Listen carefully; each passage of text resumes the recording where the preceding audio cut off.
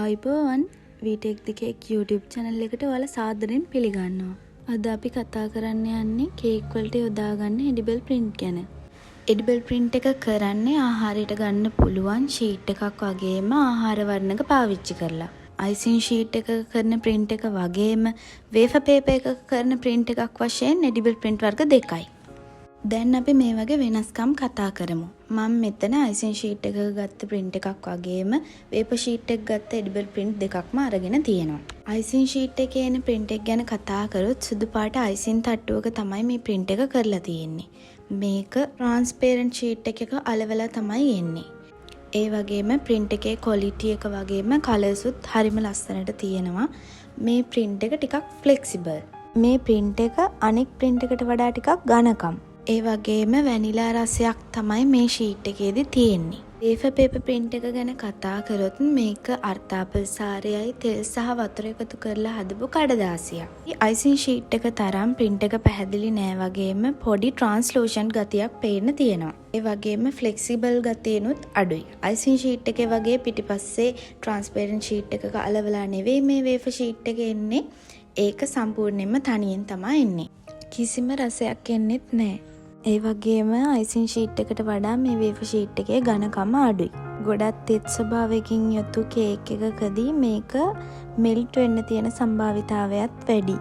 icing sheet එක මෙලෙන් අධිකයි වගේම wafer sheet එක ඊට වඩා මෙලෙන් අඩුයි. දැන් අපි බලමු කේක් එකකට edible print එකක් යොදාගන්නේ කොහොමද කියලා. මෙතන මම කිලෝ එකක චොක්ලට් කේක් එකක් අරගෙන තියෙනවා. අඟල් 8 තැටිය බේක් කරලා තමයි ගත්තේ. මුලින්ම කේක් එක කේක් බෝඩ් එකට අලවගෙන ක්‍රම් කෝට් එක කරගන්නවා. ඊට පස්සේ ටික වෙලාවකට ෆ්‍රිජ් එකට දාලා කේක් එක කූල් කරගන්නවා.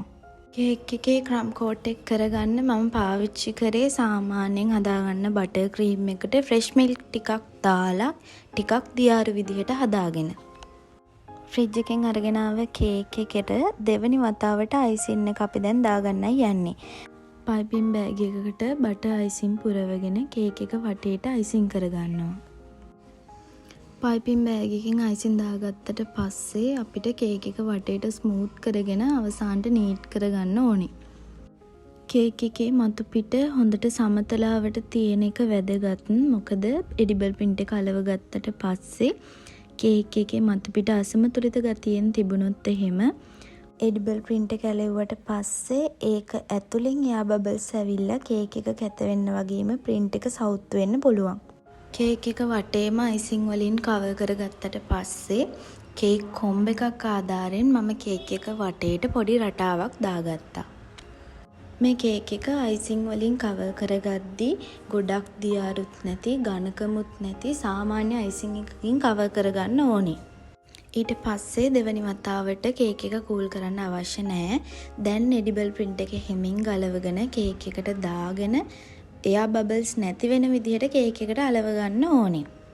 මේ print එක සැරින් සැරේට ගලවලා අලවන්න බැරි නිසා හරියටම එකපාරින්ම අලව ගන්න ඕනේ.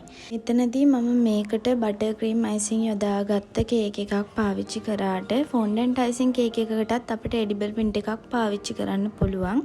එතකොට fondant icing එක උඩින් butter cream ටිකක් ගාලා ඉවර වෙලා කේක් එකට print එක අලවනවා වගේම නැත්තම් අපිට පුළුවන් edible glue එකක් ආධාරයෙන් fondant කේක් එකට edible print එක අලව ගන්න.